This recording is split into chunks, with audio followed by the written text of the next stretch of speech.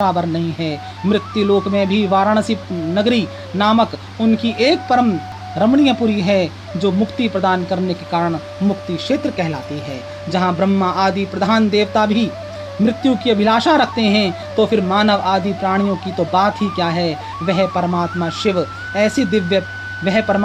की ऐसी दिव्य पुरी है।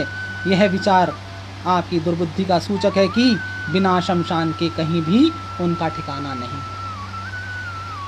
दधीचि समझा रहे हैं दक्ष को, समझा रहे हैं कि वो साधारण मनुष्य नहीं है, वे परमेश्वर हैं और वो ईश्वरों के भी ईश्वर हैं। ऐसे सत्य स्वरूप त्रिलोकेश्वर देवादिदेव भगवान सदाशिव और साक्षात ब्रह्म स्वरूपिणी महेश्वरी सती की भी निंदा आपको अज्ञानवश कभी नहीं करनी चाहिए।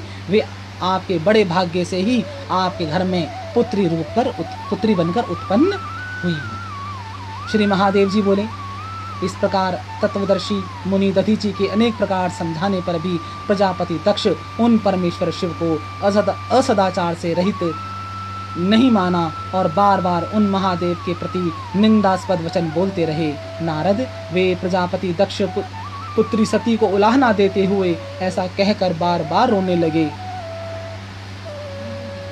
कहने लगे कि तुम मेरे प्राण के समान हो सती, मुझे शोक समुद्र में निमग्न करके मेरा परित्याग कर तुम कहाँ चली गई। बहुमूल्य पलंग पर सोने वाली सर्वांग सुंदरी पुत्री कुरूपपति के साथ तुम शमशान भूमि में कैसे रहोगी। उनका यह वचन सुनकर मुनि श्रेष्ठ दधीचि अपनी हाथों से उनकी आंखों के आंसू पोंछने लगे तथा प्रिय वचनों से उन्हें सांत्वना प्रदान करते हुए पुनः कहने लगे।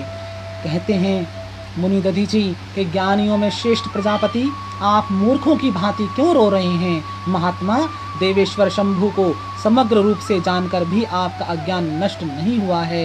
यह बड़े ही आश्चर्य की बात है।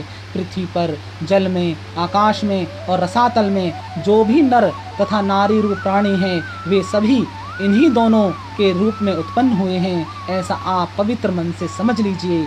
प्रजापति, आप इन महेश्वर को यथार्थ रूप से साक्षात अनादि परम पुरुष के रूप में जान लीजिए और इन सती को त्रिगुणात्मिका चिदात्म स्वरूपिणी परात्पर प्रकृति के रूप में ही समझिए। इन परात्पर सती को भाग्यवश अपनी पुत्री रूप में तथा विश्वेश्वर शिव को उनके पति के रूप में प्राप्त करके भी यदि आप अपना सौभाग्य नहीं मानेंगे तो विधाता के द्वारा ठगे गए आपको बहुत संताप है।